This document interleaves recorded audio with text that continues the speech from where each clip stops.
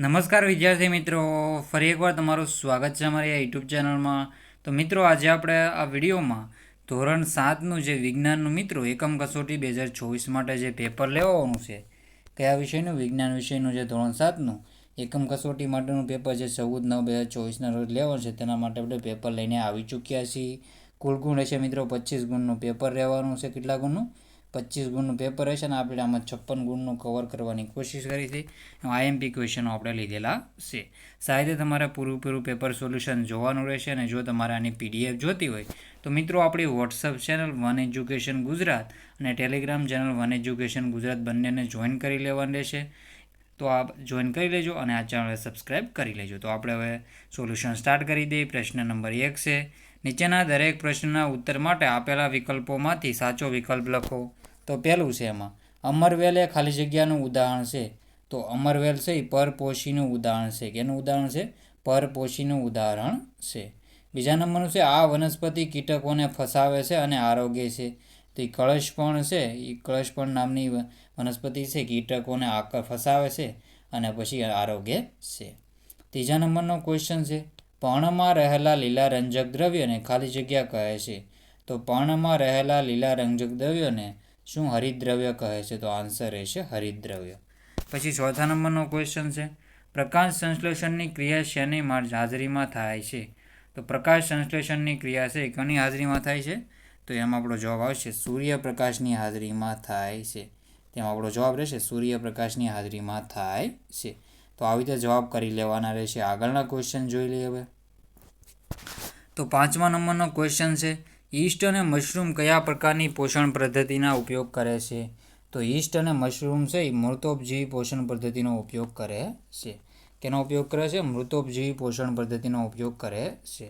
છઠ્ઠા નંબરનો ક્વેશ્ચન છે, શૈશવકાળ દરમિયાન પ્રથમ સમૂહના દાંત જે 6 થી 8 વર્ષની ઉંમરે પડી જાય છે તેને ખાલી જગ્યા કહે છે. તો તેને દૂધિયા દાંત કહે છે. શું કહે છે ને? દૂધિયા દાંત કહે છે. સાતમા નંબરનો ક્વેશ્ચન છે, ઘાસ ખાનારા પ્રાણીઓમાં કળ વાગોળ ક્યાં સંગ્રહાય છે? તો એ અમાશયમાં સંગ્રહાય છે. તો આન્સર રહેશે અમાશય. શું આન્સર રહેશે? અમાશય. એમાં આપણો જવાબ રહેશે. તો એમાં આપણો જવાબ રહેશે અમાશય. અમીબા ખોરાક પકડવા માટે શેનો ઉપયોગ કરે છે? તો અમીબા ખોરાક પકડવા માટે ખોટા પગનો ઉપયોગ કરે છે. કેનો ઉપયોગ કરે છે? ખોટા પગનો ઉપયોગ કરે છે. તો આન્સર રહેશે ખોટા પગ. નીચેના વિધાનો યોગ્ય શબ્દ લખીને ખાલી જગ્યાઓ પૂરો. તો નીચેના શબ્દ છે યોગ્ય શબ્દ લખીને તમારે ખાલી જગ્યા પૂરવાની રહેશે મિત્રો.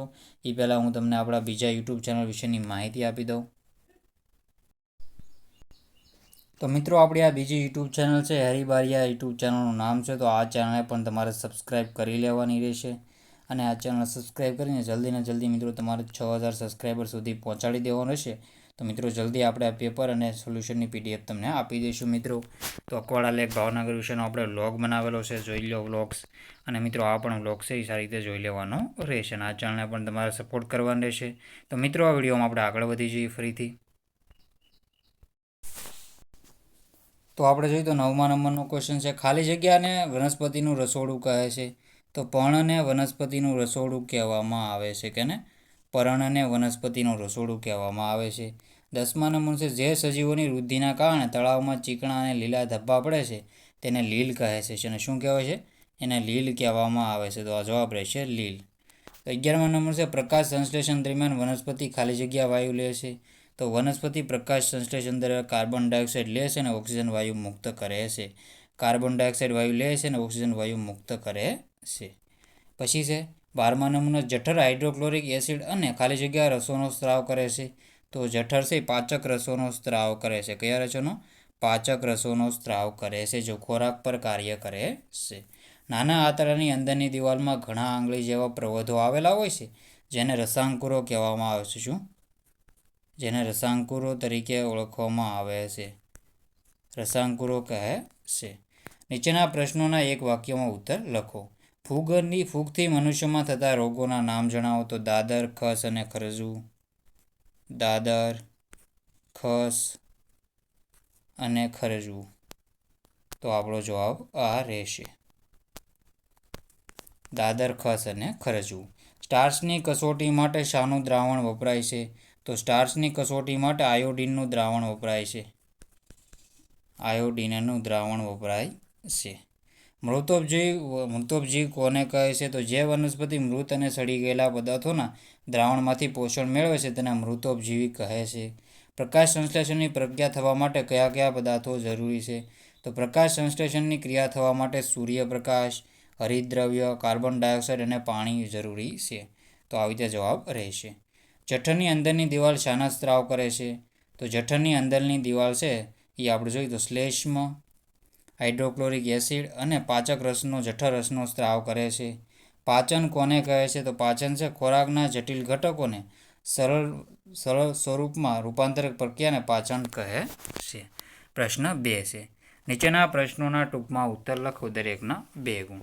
કોષ વિશે ટૂંકમાં માહિતી આપો. અને વનસ્પતિને સ્વાવલંબી કહેવાય છે. તો સજીવ શરીર ખૂબ જ નાના એકમોનું બનેલું હોય છે, જેને કોષ કહે છે. કોણ નહીં પણ કોષ કહે છે. કોષ એ પાતળા આવરણથી આવૃત હોય છે, જેને કોષ સ્તર કહે છે. દરેક કોષમાં ગાંઠ મધ્યમાં ગોઠવાયેલ રચના આવેલી હોય છે, જેને કોષ કેન્દ્ર કહે છે. કોષ કેન્દ્રની આસપાસ જેવું દ્રવ્ય આવેલું હોય છે, જેને કોષ રસ કહે છે. કેટલાક સૂક્ષ્મજીવો માત્ર એક જ કોષના બનેલા હોય છે. વનસ્પતિને સ્વાવલંબી કહેવાય છે. તો વનસ્પતિને સ્વાવલંબી કહેવાય છે કારણ કે તે પોતાનો ખોરાક પાણી, કાર્બન ડાયોક્સાઇડ અને અન્ય ખનિજ તત્વોનો ઉપયોગ કરી પ્રકાશ સંશ્લેષણની ક્રિયા દ્વારા બનાવે છે.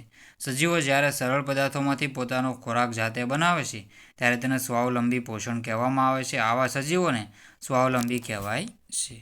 સહજીવન એટલે શું? એક ઉદાહરણ આપી સમજાવો. જીભના કાર્યો જણાવો.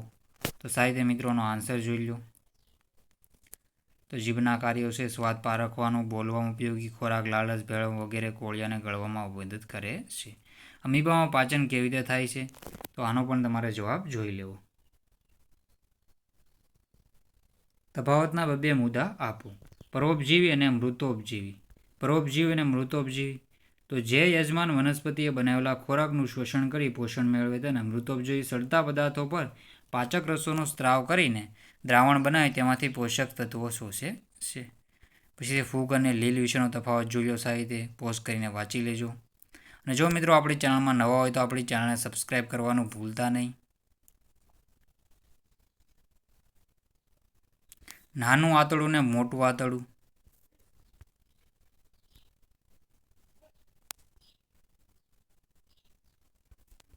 પછી છે પ્રશ્ન નંબર 4. માગ્યા પ્રમાણે જવાબ આપો. દરેકના 3 ગુણ. ફૂગ કઈ રીતે લાભકારક અને કઈ રીતે નુકસાનકારક છે? તો એ પણ આન્સર સાહિત્ય જોઈ લો. જઠરની રચના સમજાવો. ઘાસ ખાનાર પ્રાણીઓમાં થતી વાગોળવાની ક્રિયા સમજાવવાની રહેશે તમારા સાહિત્ય. તો મિત્રો સાહિત્ય તમારા ક્વેશ્ચનના આન્સર જોઈ લેવા. પ્રકાશ સંશ્લેષણની ગેરહાજરીમાં પૃથ્વી પર જીવન શક્ય નથી, આ વિધાન સમજાવવું.